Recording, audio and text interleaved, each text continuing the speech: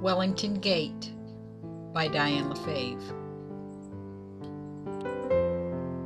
His walk into town would prove fateful that day, as his mind wandered idly while finding the way.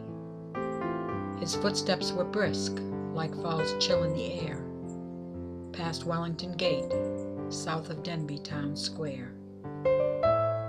He paused for a time as the hearse passed him by, its dark, somber outline contrasting the sky, stood still as it turned in through Wellington Gate, down that last dusty byway of sorrow and fate.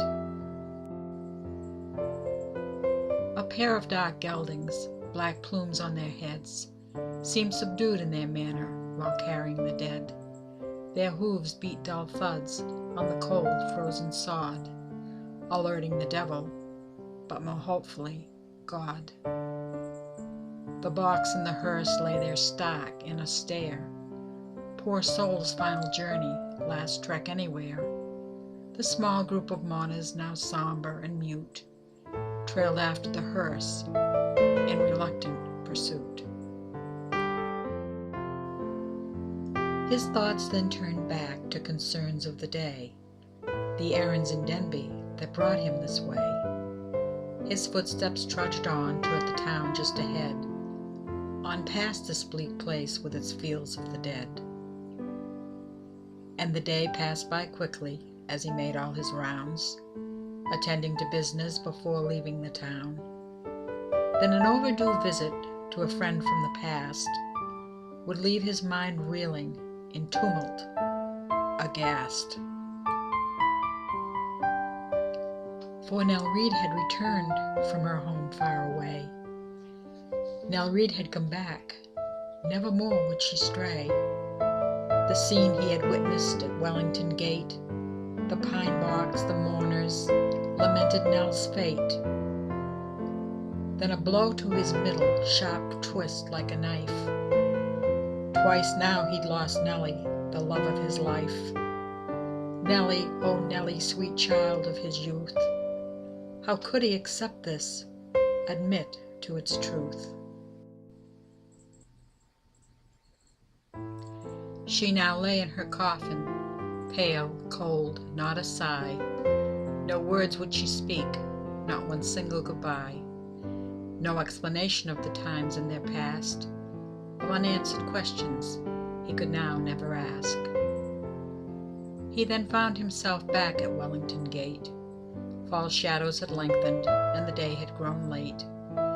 Dead leaves of November swirled under his step, invited him follow to where Nellie now slept. The despair that he felt, huddled there by her grave, made him seem as a man now most surely depraved. Harsh pleas for the answers to questions long asked, from someone once cherished, now part of the past. Where had she gone while he fought in that war?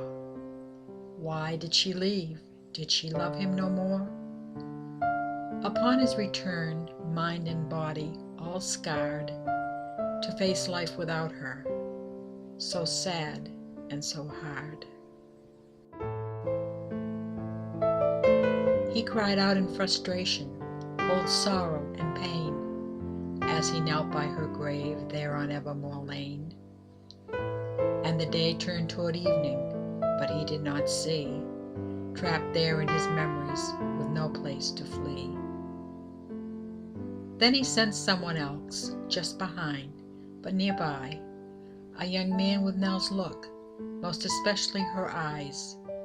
In his hand was a letter tinged yellow with time, Nell's neat, tiny script penned on each faded line.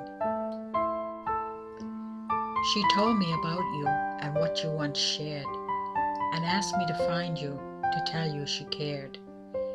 She wished you to have this, his voice held a plea. Her last thoughts on earth were of you and of me. This letter was written a long time ago, when I was a child, before I came to know. The man I called father in the days of my youth was only her husband well-hidden truth.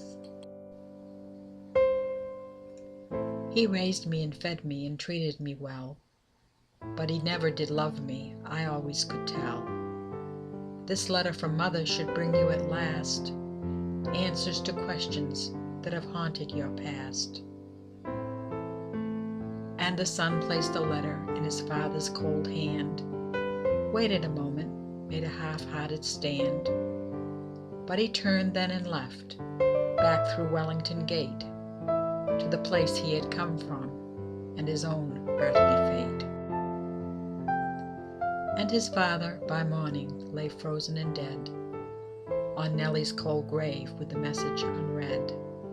He never did view those last words meant for him. It grew too dark to see as the cold night set in. He succumbed to that cold and to Nellie's mute call, and died where she lay on that last day of fall. And the years passed on by, like the years always will. They now lie there together, both silent, both still. And all who'd remember lie near them as well. No one now survives for the sad tale to tell. Yet the legend goes on of this man and of fate. It's still whispered while passing by Wellington Gate.